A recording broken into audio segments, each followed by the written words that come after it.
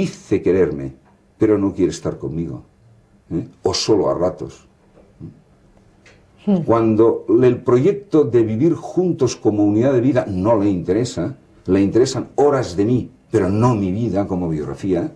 Cuando la dinámica a estar con es muy pobre, yo tengo que tener una señal de alerta de que esto es una fase normalmente extremadamente pobre y por tanto va a morir. Y muy probablemente si yo pongo ahí el resto, pero estoy avisado de que el otro no se está poniendo, voy a quedar muy mal herido o muy mal herida. La dinámica de estar solo con, la de la exclusividad, es fundamental, es otra señal de alerta. Si él o ella ofrecen su intimidad a tantos, es una señal de que no se me está ofreciendo verdaderamente a mí, y por lo tanto cuidado con esto. Y aunque yo tenga la necesidad de él, no puedo venderme, o tenga la necesidad de ella, no puedo venderme hasta el extremo de no importarme o tragar saliva si a ella ofrece lo mismo a muchos, porque como tengo una carencia de ella, porque por esa carencia yo voy a salir brutalmente frustrado. Y la experiencia final de este amor no correspondido va a ser el odio. El miedo, la desconfianza hacia la mujer o hacia el hombre como género, la precaución, la manipulación, el cálculo en los próximos amores. Y todo eso me va a empobrecer mi capacidad de amar para siempre. Y cuando no hay intento de fecundidad, recrear las cosas, ponerse a terminar las carreras, los trabajos profesionales, tomarse en serio esto, porque son las obras concretas con las que se prueba el estar con realmente, no simplemente sentirlo, el sentir solo contigo y ponerlo en obra, es decir, poner las realidades de vida para que solo pueda estar contigo y tú conmigo, que significa empezar a pensar en proyectos concretos. Cuando eso no existe, cuando no hay fecundidad, uno tiene el cuarto test para saber si su enamoramiento es alto, regular o muy bajo. Y estos 4 test, contigo, solo contigo, para siempre, recreemos todas las cosas, especialmente lo que es tener hijos, que es el paradigma de la recreación. Cuando eso es muy flojo o inexistente, tenemos el test de si estoy bien enamorado, ¿no?, o mal enamorado, de si me quieren de verdad o no en fase de enamoramiento, que volvemos a decir que es el comienzo del proceso. Yo quería solo hacer una pregunta que se sale un poquito, pero tiene algo que ver, que es, la gente joven a veces se indigna de que sus padres no les guste que estén enamorados. O sea, parece que los padres que una vez estuvieron enamorados, que pasaron por todo este proceso del que hemos hablado, en el mejor de los casos, o no pasaron, o no han pasado, pasaron muy mal. ¿Por qué se ponen tan nerviosos cuando sus hijos inician el proceso que incluso parece que va a tener un buen fin? ¿Por qué por muchas causas. Una primera razón de este hecho puede estar en el miedo a que nuestros hijos, que son nuestros, son lo que hemos alumbrado, sean heridos. Es tan intenso el riesgo de iniciar un proceso amoroso que prefiramos que nuestros hijos no experimenten eso, que tiene la ocasión de ser felices, pero el altísimo riesgo de ser extremadamente infelices y de quedar tocados y heridos durante muchos años o para siempre. Entonces, entre esa tesitura, el padre y la madre, que siempre van buscando que el hijo no asuma muchos riesgos, que no le pase nada malo, sienten de alguna manera, no con una racionalización obvia y dominada, sino simplemente a nivel de puro sentimiento, la precaución de que no se expongan a lo maravilloso en nombre de la mayor exposición al riesgo de las heridas. No tienen edad todavía. Tienes que hacer tantas cosas. ¿No sería mejor que te centrases, noten la descentración, que te centrases en tus estudios, en tu trabajo? Ya te llegará la edad. Pero claro, la edad del enamoramiento no son los 26 años.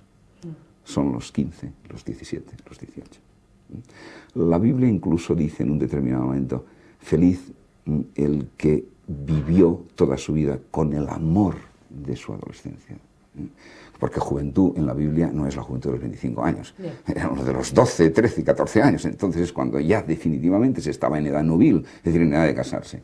Porque efectivamente, cuando uno convive toda su vida con aquella o con aquel del que se enamoró, el proceso biográfico es pleno.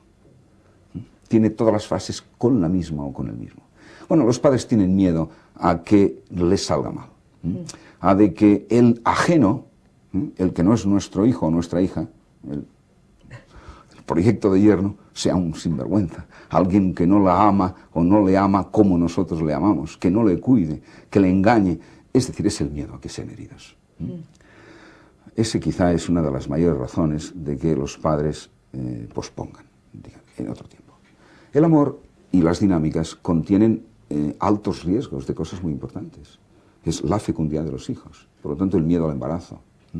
No sea que estos anticipen realidades que pertenecen a otras fases del proceso amoroso, que no son el enamoramiento. Es decir, ser padre o madre pertenece no a la fase de enamoramiento, sino a una fase, a una tercera fase, ni siquiera a la segunda, y el enamoramiento es la primera. Pero como la intensidad de la novedad del encuentro es tan intensa y la tendencia a la fecundidad, es decir, a recrear las cosas, es tan intensa, los padres temen que nuestros hijos no gobiernen el propio proceso y anticipen prematuramente obras, actos y obras que son propios de una tercera fase del proceso amoroso, que es la unión matrimonial. Entonces temen que queden marcados por un embarazo prematuro, en donde uno es madre y es padre y no van a vivir juntos, porque no están preparados ni quieren vivir juntos, y sin embargo tienen un elemento en común, que es un hijo común. El riesgo de estas heridas y de estos traumas que son luego biográficos detiene a los padres diciendo, espera, bien, eso es normal, porque forma parte del cuidado de los padres en la prevención de los miedos en nuestros hijos. Pero claro, les tenemos que prevenir no sobre la prohibición, sino sobre la explicación profunda de los fenómenos que contiene la adquisición de la juventud y por lo tanto la predisposición a experimentar el amor por primera vez, porque es propio de esa edad, la experiencia primera de la primera fase del amor, que es el enamorarse. Sí. El educar es enseñar, es dar luz sobre las cosas. No quitar a nuestros hijos de la luz, esconderlos en la tiniebla de una habitación cerrada, porque escondidos en una torre no estarán expuestos al riesgo.